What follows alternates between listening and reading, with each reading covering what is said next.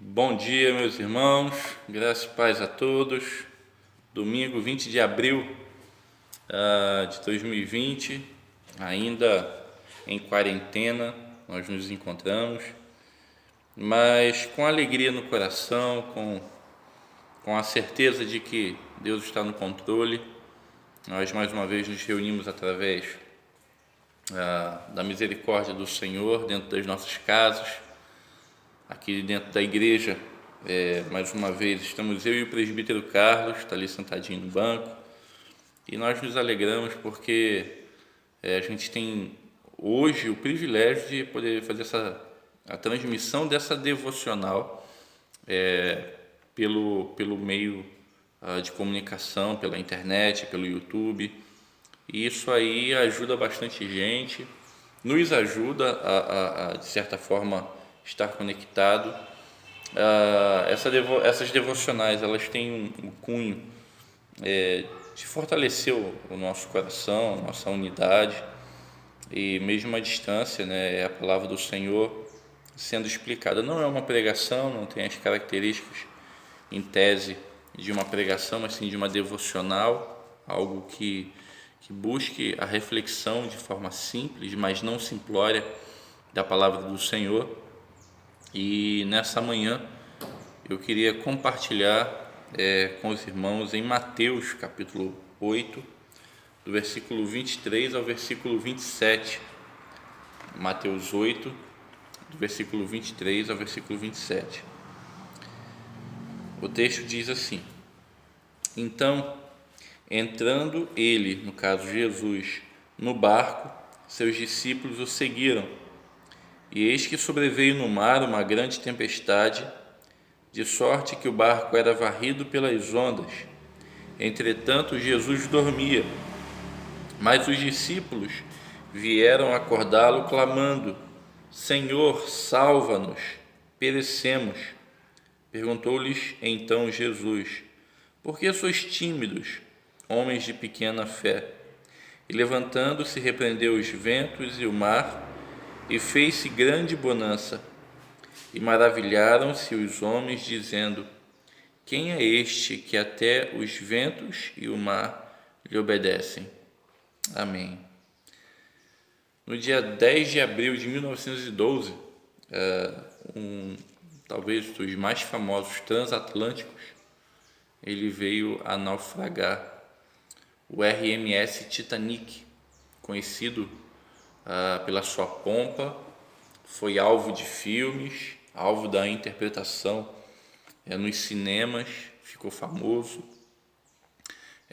O RMS Titanic era, sem dúvida alguma, uma das promessas de transatlântico. Hoje o seu tamanho já se encontra superado, mas na época era o maior e mais luxuoso de todos os navios feitos por mãos humanas. Isso é muito interessante. E esse transatlântico ele tinha o objetivo de inovar na questão náutica, mas em sua primeira viagem, em abril de 1912, ele encontra à sua frente um grande iceberg. E após colidir, ele não teve tempo suficiente para a manobra, e após colidir, ele, em pouco tempo, ele vai a pique, repousando no fundo do oceano. Interessante que alguns especialistas dizem que o Titanic ele tinha o seu leme muito pequeno para o tamanho, para o peso do seu navio. Então as curvas elas se tornavam cada vez mais lentas em função do pequeno leme que ele tinha. E aí, quando a gente olha para esse cenário histórico marcante do Titanic e olha para um outro cenário histórico também marcante, onde Jesus acalma a tempestade, a gente percebe uma grande diferença. E aqui eu não quero entrar por aqueles méritos de porque o repórter falou que Deus, nem Deus afundava o navio, por isso afundou. Eu não quero entrar nesse mérito, mas a ideia que eu quero apresentar é exatamente a perspectiva humana de posicionamento e a perspectiva divina daquilo que realmente deveríamos fazer. O Titanic ele foi projetado pelos homens com a ideia de nunca naufragar. E quando a gente olha para o texto, o versículo 23 começa dizendo o seguinte: Jesus coloca, a transição aqui, Jesus coloca à prova aqueles que querem segui-lo, muita gente, querendo seguir Jesus, e ele falou assim: olha, se vocês querem me seguir, então tem que fazer dessa forma, As raposas têm os seus covis, as aves do céu, os ninhos, mas o filho do homem não tem onde reclinar a cabeça. Então Jesus vai falando. E no versículo 23, Jesus fala assim: olha, entrando Jesus no barco, os seus discípulos o seguiram. A ideia é de não colocar Jesus nos nossos planos, no nosso barco, não colocar Jesus naquilo que a gente acha que a gente está fazendo certo. Ou seja, às vezes a gente constrói com nossas mãos grandes navios, grandes transatlânticos, e a gente quer que Jesus esteja dentro ali. Mas o texto apresenta para a gente o contrário. É Jesus quem dita o que temos que fazer e para onde temos que ir. E aí o sucesso da embarcação não está no luxo ou nem na forma que foi construída. É se estamos seguindo Jesus, mesmo quando, às vezes, aparentemente, a embarcação não é tão boa, não é tão resistente. O texto diz que Jesus entra no barco e os discípulos o seguem. Não é os discípulos que entram no barco e Jesus segue os discípulos. Isso mostra para mim e para você que somos nós que devemos seguir Jesus para onde Ele for. Não é construir nossos mundos e falar assim: Jesus, agora o Senhor abençoa para dar tudo certo. A tendência de quando isso acontece na nossa vida, que a gente constrói grandes muros, constrói grandes palácios, grandes castelos, quando a gente está com a nossa vida construída pela nossa força, pela nossa própria mão, e a gente fala assim: Jesus, agora dá a sua bênção aqui para tudo dar certo. Não, o texto fala o contrário. Somos nós que devemos seguir para onde Jesus vai. Nós não devemos apresentar o nosso plano e falar: Senhor, esse é o meu plano, abençoa agora aí para dar tudo certo. É o contrário. Senhor, o que o Senhor quer para a minha vida? Eu quero fazer para ser bem sucedido. Mesmo que esse sucesso ele seja visto e contemplado apenas por você. Um sucesso espiritual, pessoal, um sucesso de comunhão com Deus, não um sucesso financeiro, não um sucesso material, mas a ideia aqui de contrapartida é exatamente deixarmos de construir aquilo que para nós é absoluto e mergulharmos na plena dependência de Jesus. Jesus entra no barco, os discípulos o seguem. Para ter êxito na nossa vida, na nossa caminhada, isso é necessário. Devemos deixar para trás tudo aquilo que nos eleva o ego enquanto homens e mulheres, mas devemos nos submeter, indo para onde Jesus está, fazendo o que Jesus está fazendo. Então Jesus entra no barco, os discípulos o seguem. E aí o texto diz no versículo 24 que veio uma grande tempestade e o vento e as ondas varriam o barco, ou seja, empurravam o barco de um lado para outro. E aí o texto frisa de forma bem interessante, e fala assim: olha, entretanto, Jesus dormia. Esse entretanto, Jesus dormia, fala assim: olha, o mundo está sendo destruído, está sendo assolado, a nossa realidade está sendo devastada, e Jesus está calmo, está tranquilo, Jesus está sossegado. Jesus não fez uma má escolha em levar os 12 em um barquinho pequeno. Jesus não fez uma má escolha e não ter consultado as cartas náuticas para saber se tinha tempestade chegando. Não, o fato é que aquele que domina ventos e mares estava ali no barco. Então não havia motivo de desespero. E aí os discípulos vieram desesperados, clamando: Senhor, salva-nos, vamos perecer, vamos morrer. E aí eu acredito que Jesus, dormindo depois de um dia de caminhada longo, Jesus abre o olho e se dá conta então que aqueles discípulos estão alvoroçados, e então Jesus pergunta: por que vocês são tão tímidos, homens de pequena fé?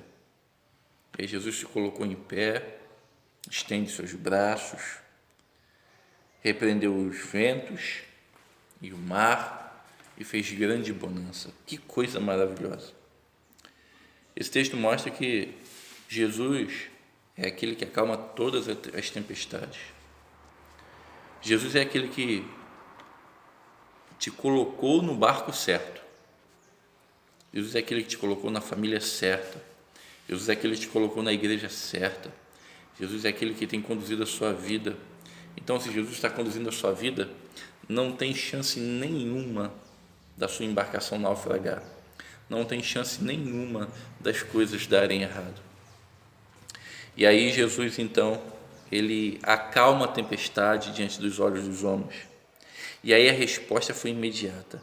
Maravilharam-se os homens, dizendo: quem é este que até os ventos e o mar lhe obedecem? Quem é este? Este é Jesus, soberano Senhor, aquele que faz tudo pelo seu poder. Quem é esse? É aquele que foi à cruz do Calvário, morreu em nosso lugar e nos salvou. Jesus acalma a tempestade, Jesus nos chama para estar no barco com Ele. Jesus nos chama para enfrentarmos os nossos desafios, sabedores que Ele está conosco. E se as coisas fugirem do nosso controle, Jesus é aquele que acalma a tempestade. Jesus é aquele que freia a tempestade. Jesus é aquele que diz para mim e para você: não fiquem preocupados, eu estou no barco. E que diante desses desafios, irmãos, nós não sejamos bonitos, robustos, como o grande Titanic, que não aguentou a sua viagem inaugural, mas estejamos num barco simples, um barco sem luxo, mas seguindo Jesus e tendo a certeza que Jesus está nesse barco e que as tempestades da vida, no momento certo, se tornarão em bonança e haverá sim o reconhecimento da minha parte e da sua parte, que Jesus nunca nos abandonou, Ele está com a gente sempre. Que Deus nos abençoe, Deus abençoe a sua casa, que Deus abençoe a sua família, e a tempestade vai passar, os problemas vão passar, as dificuldades vão passar. Jesus é quem nos chama para estar com Ele, e aqui estamos. E se estamos com Ele no barco, a realidade é que as coisas elas não estão caminhando de mal a pior, elas estão caminhando segundo o curso proposto por Jesus, e no momento certo as coisas serão contornadas, as coisas serão conduzidas para o louvor da própria glória do Senhor. Que Deus abençoe o seu domingo, Deus abençoe a sua casa, que Deus abençoe a sua família, Deus abençoe a nossa igreja presbiteriana em Jaconé, Deus abençoe as igrejas que se reúnem em casa.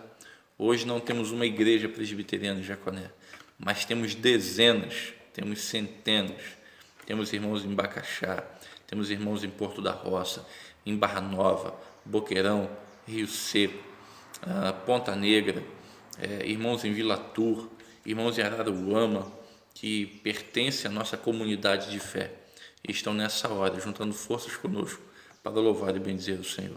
Que Deus te dê um bom domingo, que Deus nos abençoe no nome de Jesus. Um abraço.